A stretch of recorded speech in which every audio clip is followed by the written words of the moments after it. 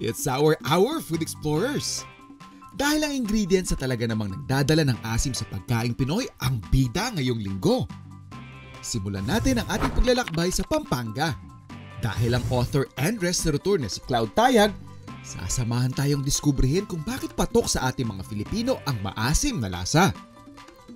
Talagang vinegar and sour fruits. The acidity is the most dominant flavor in Philippine cuisine in general. Kasi number one, vinegar is the most, you can say, accessible ingredient that is used, as a cooking ingredient, at the same time, pangsawsawan. And the vinegar can come from like any fruit, whatever is the predominant in one area, especially Quezon and all the way to Bicol, it's the coconut tree.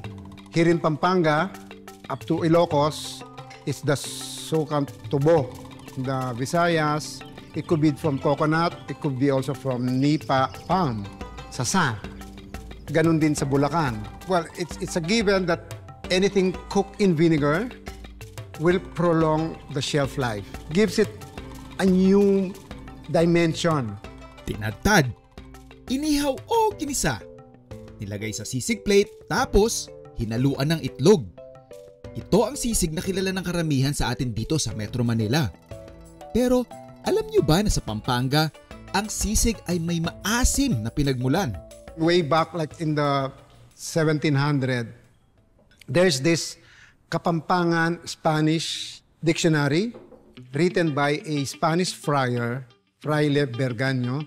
The word sisig is already mentioned there. And it is defined as a salad served with a vinaigrette. It's usually given to a pregnant woman craving for something sour. Pero yung sisig nung araw, it's actually a snack.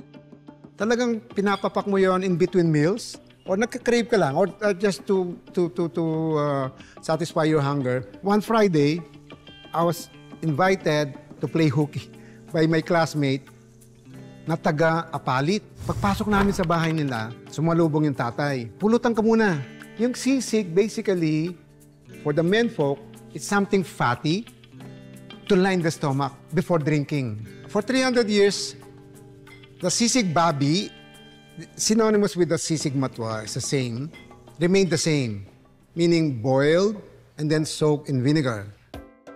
Pagkalipas ng 2 siglo, isang madiskarteng tindera ng barbecue ang nagbigay ng bagong anyo sa kinasanayan nilang sisig.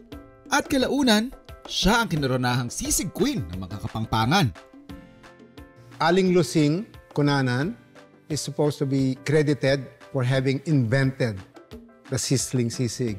So one time daw, according to Aling Lusing, may nag-order ng isang tenga, ganon. Sa dami ng order, nasunog, nakalimutan niya. Imbis na tatapon, magbabarbecue ng panibago, pinagpag niyong abon. Tinatad niyang ganon, dinagyan ng sibuyas, binuhusan ng suka, try mo yung bago kong sisig, sabi dun sa customer. Nagustuhan. At that point, nakita nung ibang customer, gumaya. So, yun ang nag-umpisa nung Aling Lusing sisig. Boiled, grilled. Sa bandang kamay nilaan, isa ring sisig revolution ang naganap. Kanya-kanyang version na, linagyan na ng mayonnaise, linagyan ng itlog. So, hindi na yung pulutan. Naging ulam na ngayon.